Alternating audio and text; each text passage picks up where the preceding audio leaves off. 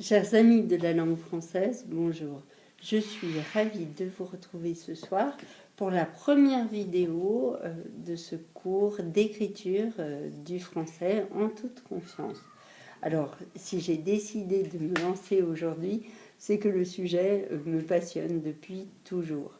Écrivain pour les autres, j'ai la chance d'accompagner de nombreux projets d'écriture et je rencontre un vaste échantillon de cas, de contraintes, d'enjeux, de difficultés, mais aussi de possibilités. Alors je découvre à chaque fois des trésors d'ingéniosité et de richesse et qui n'attendent que les mots pour être diffusés le plus largement possible.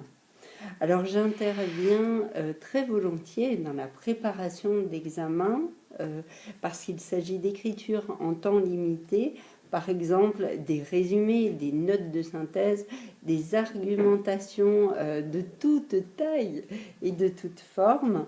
En fait, tout ce qui nécessite une bonne maîtrise, une bonne maîtrise du français, évidemment, mais aussi une bonne compréhension du cadre imposé. Alors, auparavant, j'ai eu une carrière dans l'éducation nationale. Après une maîtrise de lettres en littérature comparée, j'ai enseigné le français à environ 1 millier d'élèves avant de travailler au CNED en enseignement à distance où j'étais conseillère de scolarité dans les formations santé sociale. Et puis enfin, j'ai passé un CAPES de documentation et j'ai exercé pendant 7 ans environ dans les lycées de la région lyonnaise. Depuis, en 2012, j'ai changé complètement d'orientation pour créer ma propre entreprise. Enfin, jusqu'à aujourd'hui, j'anime l'association Écriture Plurielle qui soutient les auteurs indépendants et organise le salon de l'auto-édition.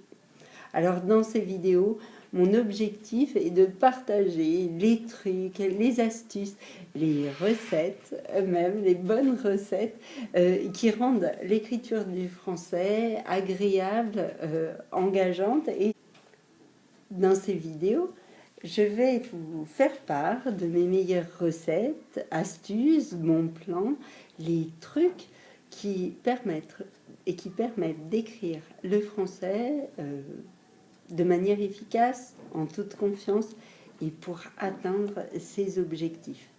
Les prochains cours seront destinés aux examens en temps limité. Ils seront intitulés La cible, le chronomètre, la pantoufle de Cendrillon et la cravate. Donc rejoignez-moi pour en savoir plus.